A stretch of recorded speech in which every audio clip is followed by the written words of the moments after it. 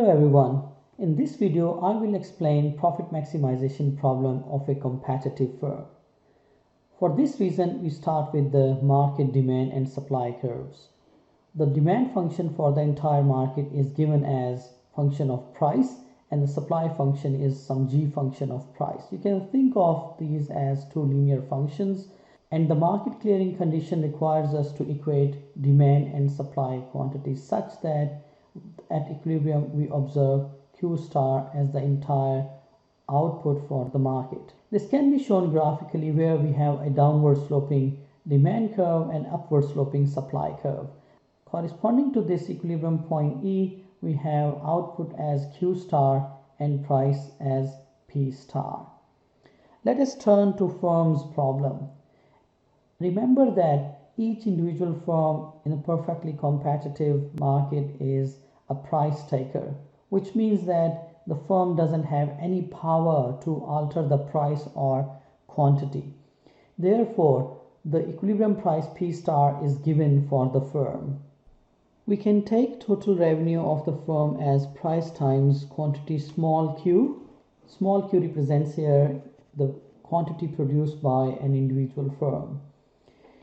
Now, this total revenue with given price P star would be a straight line originating from origin with positive slope. If we measure quantity on the horizontal axis and price on the vertical axis, then we can see that this upward sloping line from origin is our firm's total revenue curve. We can find the average revenue curve by taking the ratio of total revenue to quantity. That makes it equal to price. Also, we can find the marginal revenue function by differentiating the total revenue with respect to quantity, which means we are measuring slope of the total revenue curve. Because price is fixed, so we can take it out of the product term, and we find that the derivative of quantity with respect to quantity is equal to 1. Consequently, our marginal revenue function is also equal to price. Average revenue is equal to marginal revenue equals to price for a competitive firm. And because average revenue represents the demand curve, therefore the demand curve for the firm is perfectly elastic. Corresponding to the entire market demand and supply, we have equilibrium price P star, which is given for the firm, and hence we have the average revenue equals to marginal revenue equals to price as a horizontal line representing the firm's demand function. Now we turn to firm's cost function. We know that total cost is function of quantity, and this total cost is sum of total fixed cost and total variable cost. The fixed cost is some constant value regardless of the output level. The fixed costs do not depend on quantity, and the variable costs, they vary with the level of output. For example, to produce more we need more inputs, thus total variable cost is function of quantity. We can find the average cost curve by taking the ratio of the total cost to the quantity, and that gives us total fixed cost over quantity, which represents the average fixed cost, and the ratio of total variable cost to the quantity. So our average cost is equal to the average fixed cost plus the average variable cost. Also, we can find the marginal cost function, which depends on the level of output Q. We can find the derivative of the total cost function. The derivative of the constant is 0. Therefore, the derivative of total cost is the same as the derivative of total variable cost, and that represents our marginal cost function. If we want to draw these curves, again measuring quantity on the horizontal axis and costs on the vertical axis, first draw the average cost curve. So if this point represents the minimum, we observe that the marginal cost curve passes through the minimum of both average variable cost and average cost. Now we are ready to discuss firm's profit maximization problem. Remember that economic profit is total revenue minus total cost for a firm. And the maximization of this profit requires that we maximize this profit by choosing an output level Q such that the gap between the total revenue and total cost is maximum. Graphically, we can show this by drawing the total revenue and total cost curves. Now we draw the total cost curve, which is cubic in this case, and the total revenue curve, which is a straight line originating from 0. We observe that the total cost function and the total revenue function, they intersect each other at 2 points, and the corresponding output levels as QA and QB. Because total revenue and total cost are equal to each other at these 2 points, therefore profit would be 0 at points A and B. However, the firm's objective is to maximize profit. So we observe that we have total cost exceeding total revenue in this region. Because total cost exceeds total revenue, therefore profit is negative. This is not a feasible region to produce for a firm. On the other hand, the region between points A and B, we observe that total revenue exceeds total cost, which implies profit is positive for the firm. Hence, we have to find an optimal level of output between QA and QB. Well, this can be done by finding the maximum difference between the total revenue and the total cost curves. The question is, how can we find that maximum gap? In this case, we have to draw a tangent line to the total cost curve.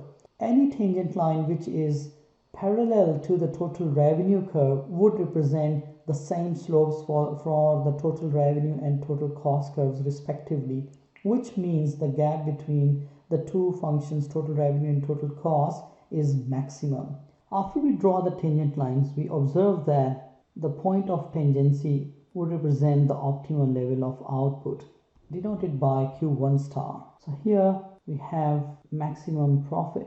What about this point here? The production Q0 star is not optimal because total cost exceeds total revenue. However, the slope of the total cost curve is the same as the slope of the total revenue curve. From these 2 points, what we observe is that the firm's optimization problem requires a condition where slope of the total cost is equal to slope of the total revenue curve. And we know that slope of the total cost is equal to marginal cost, and slope of the total revenue is equal to marginal revenue.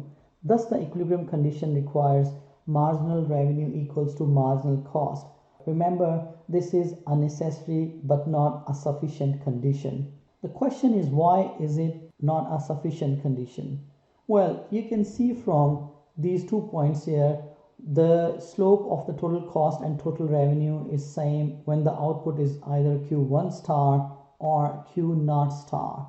How would we know that the profit is maximized if we do not have this visualization?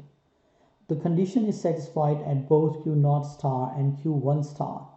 Thus, this first order condition or the necessary condition is not enough to ensure that the profit is maximized. Therefore, we need another condition so that we must have knowledge that yes, profit is maximized at a particular level of output. Before moving to derive the sufficient condition for profit maximization, let us first draw the profit function. We observe that the profit is maximized at output level Q1 star. We can draw a tangent line to this profit function such that the tangent is horizontal. We see that corresponding to output level Q1 star, the profit derivative is equal to 0 such that marginal revenue equals to marginal cost.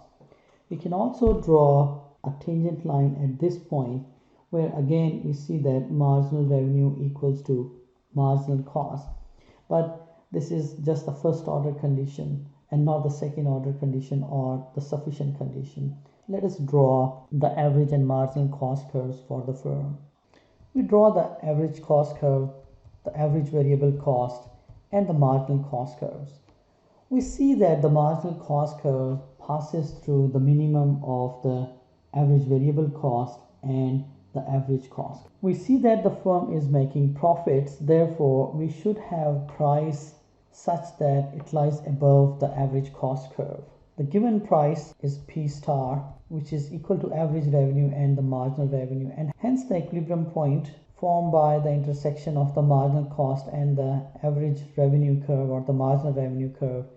From this graph, we can see that the firm is receiving per unit of revenue equal to P, and the firm's per unit cost or the average cost is given by this height here. Therefore, the profit per unit is given by the vertical distance between point E and say point A. Since the firm is producing Q1 star units of output, therefore the total profit would be shown by area of this rectangle here. That is firm's profit, which corresponds to this vertical distance here. In this way, we observe that by producing Q1 star units of output, given the price P star determined in the market by the forces of demand and supply, the firm is able to maximize her profit. As an exercise, you can shift the average cost curve upwards and can see how it impacts the profit. As the average cost curve slides upwards, the profit will decline.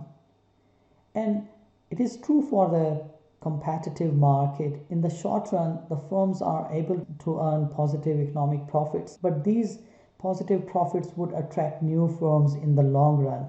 Hence, due to new entrants, the output level will increase such that we would observe all the firms earn only normal profits, where the average cost curve would have price line tangent at equilibrium point E such that economic profit is equal to 0. Another important point to remember is that we have the marginal cost curve as an upward sloping line after it intersects the minimum of the average variable cost curve.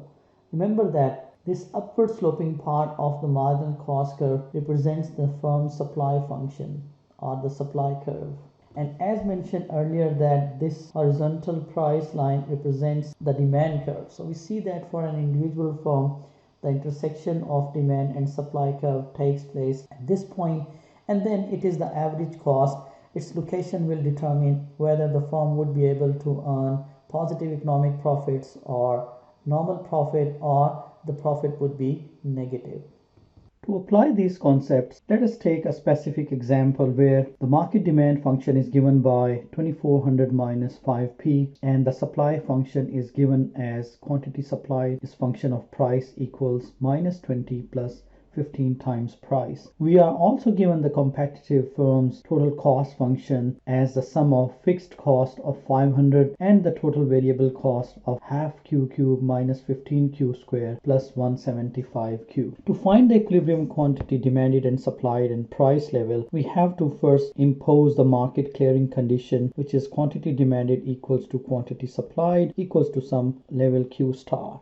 By equating the right hand side of these two equations, we find that the optimal price would be $121, and when we substitute this price in one of those two equations, we find that the total market quantity demanded and supplied would be 1795 units. Now we move towards firm's total cost function, which is sum of fixed cost and the variable cost. We can find the average cost function by taking the ratio of the total cost to quantity. Note that we are using small q, which represents the firm's output, and capital Q represents market output level. We can find the marginal cost function by taking the derivative of the total cost with respect to quantity, and that becomes 0 for the fixed term 500 plus half times 3q square. Remember, I'm applying the power rule. D by dx of x raised to the power n equals to n times x power n minus 1 minus 15 times 2q plus 175, and that is our marginal cost as half of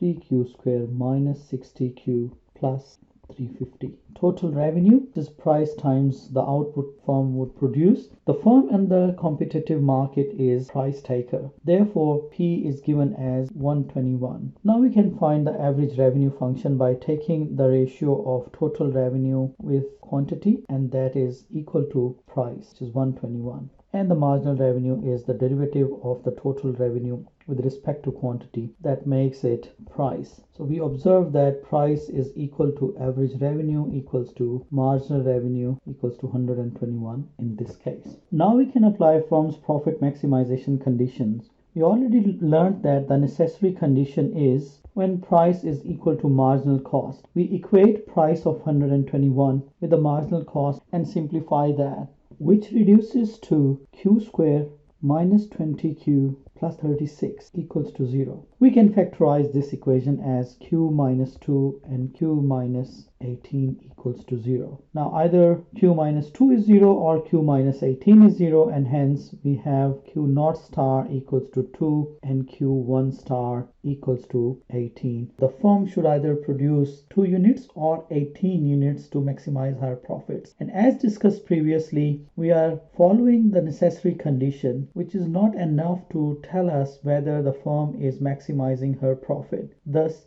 a sufficient condition is required. The sufficient condition is slope of the marginal revenue curve is smaller than the slope of the marginal cost curve. We already have marginal revenue equals to 121. Therefore, slope of the marginal revenue would be 0 in this case because marginal revenue is constant, and slope of the marginal cost is the derivative of marginal cost, which is given as 3 by 2 q square minus 30q plus 175. When we differentiate this with respect to quantity, we find that the slope becomes 3q minus 30. Now we have to compare the marginal cost slope at q equals to 2 and 18 with the slope of marginal revenue, which is equal to 0 in this case. To test the sufficient condition, we have to evaluate the slopes at q equals to 2 and 18. Because the slope of marginal revenue is 0, therefore we put 0 under the column slope of the marginal revenue, and slope of the marginal cost, which is equal to 3q minus 30, would be 6 minus 30 or minus 24. And 0 is greater than minus 24, therefore the condition is not satisfied. When we use q star equals to 18, the slope of the marginal cost becomes plus 24, which is greater than 0, and hence the sufficient condition is fulfilled. Thus, the optimum level of quantity the firm should produce is equal to 18 units. This completes mathematical analysis of the model. Let us now present the model graphically. From the first panel, we see that the intersection of demand and supply curves takes place at this point, which determines the equilibrium price as $121 and the number of units of quantity as 1,795. The firm takes this price as given, and we already showed that the price is equal to average revenue and the marginal revenue for the firm. Thus, we have this straight line representing the average revenue or the marginal revenue equals to price curve. We also draw the average cost curve and the average variable cost curve. We see that the marginal cost curve passes through the minimum of both the average variable cost and the average cost. We also see that the curve intersects the average revenue curve at this point. Hence, the necessary condition is satisfied where we observe price equals to marginal cost. Also, the condition is satisfied here, but the necessary condition is not enough. We need the sufficient condition, which requires that the marginal cost curve should intersect the marginal revenue curve from below. We see that this condition is not satisfied when q is 2, but when q equals to 18. Hence, the optimal level of production for the firm is 18 units. The average revenue or the revenue per unit is equal to this height here, and the average cost is equal to this height here. Therefore, the difference between the average revenue and the average cost represents profit per unit. If we multiply the difference between the average revenue and the average cost with the total units of output, we get total profit of the firm. Moving to the final panel in the picture, we see that total revenue curve has slope of 121, which is price the competitive firm is charging, and this is our cubic total cost curve. When we apply the first order condition, which was marginal revenue equals to marginal cost. That requires us to draw tangent lines at both the total cost curve and the total revenue curve. The slope of the total revenue curve is equal to price. So we see that these two curves are parallel to each other at this point here, and consequently the output is equal to 18. On the other hand, we look at output equals to 2. We see that the slope of the total cost curve is the same as the slope of the total revenue curve. However, what we observe is that the total cost lies above the total revenue curve. Therefore, this difference represents the maximum loss. And we see that the curve for the profit function represents the maximum loss when firm produces 2 units. On the other hand, the gap between the total revenue and the total cost is maximum only when the firm produces 18 units and makes economic profit of 472 in the short run. This completes my mathematical and graphical analysis of the competitive industry and firms' profit maximization problem. Thanks for watching this video. See you next.